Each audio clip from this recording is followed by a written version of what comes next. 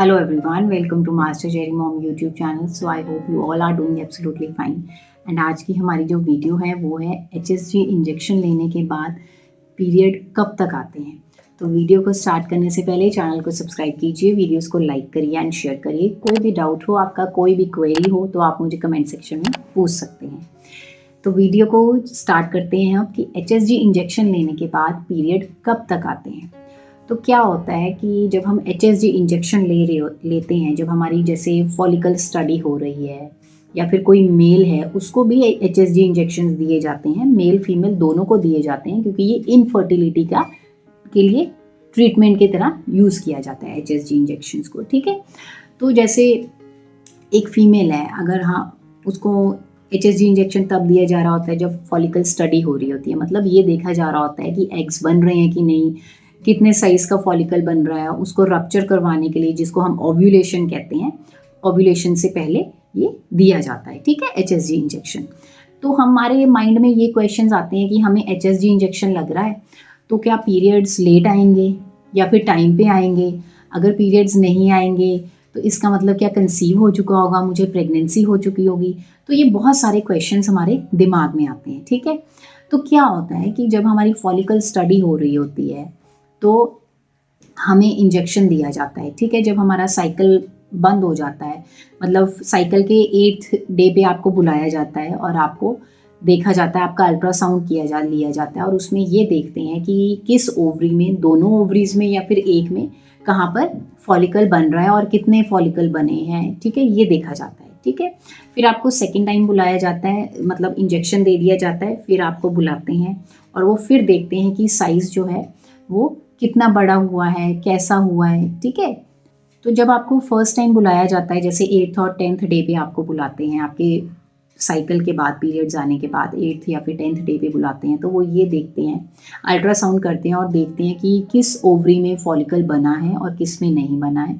क्या पता दोनों में ही बन रहा हो, लेकिन मैं अगर अपनी बात करूँ तो मेरी एक ही ओवरी में बनता था। कभी मेरी लेफ्ट में बन जाता था तो नेक्स्ट मंथ मेरी राइट ओवरी में फॉलिकल बनता था। ठीक है, 2 फॉलिकल भी हो सकते हैं, ज़्यादा भी हो सकते हैं। ठीक है, तो उन्होंने क्या करना कि जैसे आपका अल्ट्रासाउंड ले लिया, उसके बाद वो देख लेते थे और उसके बाद वो HCG का इंजेक्शन दे देते थे। ठीक है, जब आपको HCG का इंजेक्शन दे दिया जाता है तो उसके बाद आप घर आते हैं, तो उसके बाद आपको फिर 1 या फिर 2 दिनों के गैप में फिर से बुलाया जाता है और फिर आपका दोबारा से अल्ट्रासाउंड किया जाता है और देखते हैं। ठीक है, तो उस टाइम पे ये पता चल जाता है कि हाँ, फॉलिकल जो है वो रप्चर हो चुका है, मतलब आपको ओव्यूलेशन हो चुका है, मतलब कि आपका जो एग है वो ओवरीज में से रिलीज होके अब वो ट्यूब्स में ट्रैवल कर रहा है, वहां पर आ चुका है। ठीक है, ये चीज पता चल जाती है फॉलिकल स्टडी से। तो HCG इंजेक्शन जब आपने ले लिया ना, तो उसके बाद आप क्वेश्चन ये आता है कि आपको साइकिल कब आएगा, है ना। तो देखिए, जब आपने इंजेक्शन लिया तो आपकी ओव्यूलेशन हुई, HCG इंजेक्शन लेने के बाद आपका ओव्यूलेशन हो गया। ठीक है, जब आपका ओव्यूलेशन हुआ तो उसके बाद आप 2 वीक्स और जोड़ लीजिए। ठीक है, 14 डेज जोड़ लीजिए, तो आपका साइकिल तब आ जाना चाहिए, आपके पीरियड्स आ जाने चाहिए। आपकी ओव्यूलेशन के बाद 2 हफ्ते जोड़ लीजिए, 14 डेज जोड़ लीजिए और आपका पीरियड्स आ जाने चाहिए। ठीक है, सेकेंड चीज़ क्या है कि अगर आपका साइकिल जो है 30 डेज की जगह आपका साइकिल मतलब 28 डेज का है तो कोई प्रॉब्लम नहीं, लेकिन 35 डेज का है किसी का या फिर 32 डेज का है, तो भी आप 14 डेज से आप ज़्यादा से ज़्यादा कर लीजिए कि 15 डेज 16 डेज में आपका साइकिल आ जाना चाहिए, और यही होता है।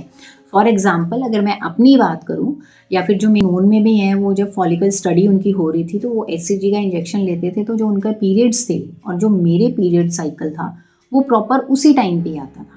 ठीक है, जो मेरा साइकिल भी था ना, इवन वो 2 दिन पहले ही आता था हमेशा से, लेकिन जब फॉलिकल स्टडी हो रही थी तो हाँ, मेरा साइकिल जो था वो 2-3 डेज के बाद आता था।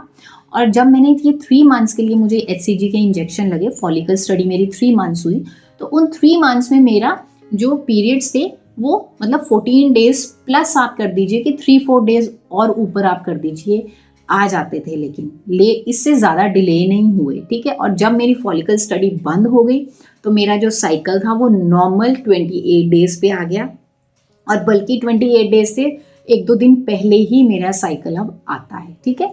तो कहने का मतलब मेरा ये है कि अगर आप एचसीजी का इंजेक्शन लेते हैं तो आपका जो साइकिल है, आपके जो पीरियड्स हैं, वो जब आपकी ओव्यूलेशन हुई है, क्योंकि जब आपने एचसीजी का इंजेक्शन लिया उसके विदिन 24 आवर्स आप कह लीजिए कि आपको ओव्यूलेशन हो जाता है, एग आपका रप्चर कर जाता है, ठीक है। क्योंकि तभी डॉक्टर्स फिर आपको कहते हैं ना दोबारा से कि अब आप मैक्सिमम रिलेशंस बनाइए, है ना, अपने पार्टनर के साथ। तो आप उस ओव्यूलेशन के डे से लेके फर्दर 14 नहीं तो 15 नहीं तो 16 डेज आगे जोड़ लीजिए और उसके बाद आपको साइकिल आना ही चाहिए। इससे ज़्यादा डिले नहीं होना चाहिए। अगर आपको 40 डेज़ का गैप आ गया है, मतलब ओव्यूलेशन के बाद आपको 25 डेज़ का गैप हो रहा है, कोई 20 डेज़ का हो गया या फिर 25 डेज़ का हो रहा है, तो आप डिले मत करिए, आप डॉक्टर के पास जाइए और फटाफट से उनको कंसल्ट करिए, ठीक है।